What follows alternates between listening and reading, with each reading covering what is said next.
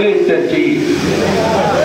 మిగతా వాళ్ళు ఎత్తట్లేదు. అంటే ఇంకా డౌట్ అయింది ఆయన ఉన్నాడో లేడు అని. ఉన్నాడని నేనే ఒప్పుకుంటున్నాను, మీరు ఒప్పుకోకపోతే ఎలాగా?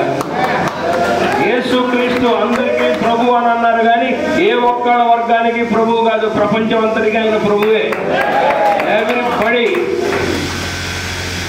నో క్యాస్ట్ అండ్ క్రీడ్, ప్రతి వాళ్ళకి ఆయన ప్రభువే అని తెలియజెప్పబడింది. అవునా కాదా? Praise the lord. మేము హిందువులు హైందవ్యంలో ఉండి మేము స్వర్గము అని అంటాము, మీరు పరలోకము అని అంటాము. మా అందరికంటే మీరు ఎంతో అదృష్టవంతులు పుట్టుకతోనే. ఎందుకనంటే భగవంతుడు మీకు ఆ పరలోకం చేరడానికి నేనే మార్గము, నేనే సత్యము, నేనే జీవము అని చెబుతూ ఇది ఒక్కటి మీకు అందించాడు. పరిశుద్ధాత్మను మీ మధ్యలో పెట్టి వెళ్ళిపోయాడు, మనందరి మధ్యలో పెట్టి వెళ్ళిపోయాడు. అందరి జీవితాలు దీంట్లోనే ఉన్నాయి. ఆనందంగా ఉన్నప్పుడు చదివితే ఒక రకంగా ఉంటుంది, బాధతో ఉన్నప్పుడు చదివితే ఒక రకంగా ఉంటుంది, నష్టపోయినప్పుడు చదివితే ఒక రకంగా ఉంటుంది, అద్భుతమైన విజయాలు పొందితే ఇంకో రకంగా ఉంటుంది. ఏ దారి తెలియకపోయినా కూడా ఇది పట్టుకుంటే ఒక దారి ఓపెన్ అవుతుంది. అటువంటి అదృష్టవంతులు అంటే ఒక లిఫ్ట్ అనమాట. ఒక లిఫ్ట్ ఎక్కి పరలోకానికి వెళ్ళిపోవచ్చు. మేము ఎక్కాలంటే రకరకాల మార్గాలు, రకరకాల శాస్త్రాలు తిప్పి తిప్పి తిప్పి తిప్పి గోల గోల గోల. మీరంత అదృష్టవంతులు ఎవరున్నారు ప్రపంచంలో? The more you serve, the more you get. The more you serve, the more you get. The more you serve, the more you get. ఈ లౌకిక ప్రపంచంలో దీన్ని ఆధారంగా చేసుకొని బాగుపడి కోట్లు సంపాదించిన వాళ్ళు అన్యులు కూడా చాలా మంది ఉన్నారు. దీనిలో ఒక వాక్యాన్ని పట్టుకొని నేరం నాది కాదు ఆకలిది అని ఒక సినిమా తీసేసి కోట్లు సంపాదించేశాడు. మీలో పాపం చేయనాడు ఎవడో ఒక రాయి అయింది అన్నాడు, అది ఇందులో నుంచి పట్టుకుంది. దాంతో సినిమా హిట్ అయిపోయింది. ఎన్టీ రామారావు గారి సినిమా కొన్ని సంవత్సరాలు 37 సంవత్సరాల క్రితం. కాబట్టి మనమే పట్టుకోవాలి. ఈ వాక్యాల్లో ఏం చదివితే ఎవరిని ఏది తాకుతుందో ఎవరు చెప్పలేము. అందరూ చదివేదే, రోజు చదువుతారు, రోజు ప్రార్థన చేస్తారు. ఏదో ఆ వాక్యం స్పృశిస్తుంది, తట్టుతుంది, అక్కడి నుంచి అద్భుతాలు జరుగుతాయి. రోజు చదువుతున్నా కూడా అనేక మంది అనుకోవచ్చు ఇంకా ఈ కష్టాల్లో ఉన్నాం, ఈ కష్టాలు ఎప్పుడు పోతాయి, అది ఎప్పుడు పోతాయి, ఇది ఎప్పుడు పోతాయని. మనం ఒక కార్యక్రమం మొదలుపెట్టి 4 అడుగుల ముందుకే ఇంకా ఆగిపోతాం. కాసేపు అడ్డంకి రాగానే ఆయన మనకేమైనా బాకీయా ఏంటి? ఈ ప్రపంచం మొత్తం పాలించే అతనికి మనకేమైనా బాకీయా? ఆయన ఎంత విశ్వాసంతో పట్టుకోవాలనేది ప్రతి ఒక్కళ్ళు ఆలోచించాలి. అప్పుడు అద్భుతాలు జరుగుతాయి. అంతేగాని ఆయన ఇవ్వడానికి సిద్ధంగా ఉన్నాడు, పుచ్చుకోవడానికి మనం సిద్ధంగా ఉండాలి. We must be ready to receive.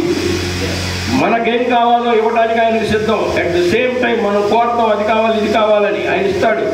కానీ మీకు ఏది మంచిదో అది ఇవ్వడానికి సిద్ధంగా ఉన్నాడు అనేది గుర్తించాలి. మనం అడిగింది రాకపోవచ్చు, మనం ఫార్చ్యూనర్ అడగచ్చు, అది రాలేదనుకునే లోపల ఆయన BMW ఇవ్వచ్చు. ఏం చెప్పగలం? మనం సింగిల్ బెడ్రూమ్ హౌస్ ఇస్తే చాలు జగన్ అనుకోవచ్చు. నీకెందుకురా సింగిల్ బెడ్రూమ్, నువ్వు నా కార్యక్రమంలో ఉంటూ నీకు ప్యాలెస్ ఇస్తానంటాడు. అవి ఆలోచించాల్సిన అవసరం లేదు. పిలిస్తే స్పీడ్గా పలిగేటువంటి దేవుడు. ఒక్క క్రిస్టియానిటీయే కాదు, బైబిల్ పట్టుకుని ఎవరు పిలిచినా పలుకుతాడు అనేది ఆయన గొప్పతనం.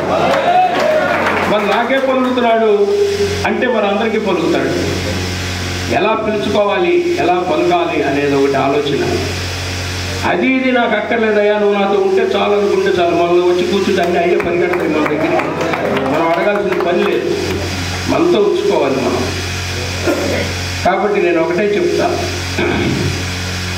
యద్యదాచరతి శ్రేష్ఠః తత్తదేవేతరో జనః సయత్ ప్రమాణం కురుతే లోకస్తదనువర్తతే అన్నారు. ఉత్తములైన వారు దేనిని ఆచరించురో దానినే ఇతరులు ఆచరించురు.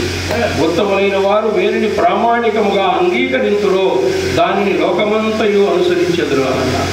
ఇవాళ ఉత్తములైన వారు అనేక మంది, జార్జెఫ్ సఫఫ్ లాంటి వాళ్ళు, మిగతా వాళ్ళు అనేక మంది ఉత్తములైన వారు దీన్ని ప్రామాణికంగా అంగీకరించారు. ప్రపంచంలో అద్భుతాలన్నీ జరుగుతూనే ఉన్నాయి. ఇవాళ అత్యధిక శాతం ప్రపంచంలో పట్టుకున్నది కూడా దీన్నే. The more you serve, the more you get. The more you serve, the more you get. The more you serve, the more you get. నీ సర్వీస్ నువ్వు చేస్తూ పో, నేను ఇచ్చేది నీకు ఇస్తాను అని అంటాడు. అందరినీ ప్రేమించమంటాడు. ప్రేమ శాశ్వతమైనది అంటాడు. ప్రవర్జనములైన నిరర్థకం మగును కానీ ప్రేమ శాశ్వతంగా ఉంటుంది అంటాడు. ఏ వాక్యంలో చెప్పారో గుర్తుందా? అది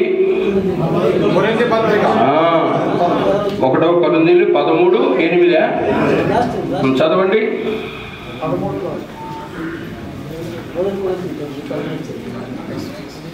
1 కొరింథీయులు 13:8 నేను చెప్పింది కరెక్టే.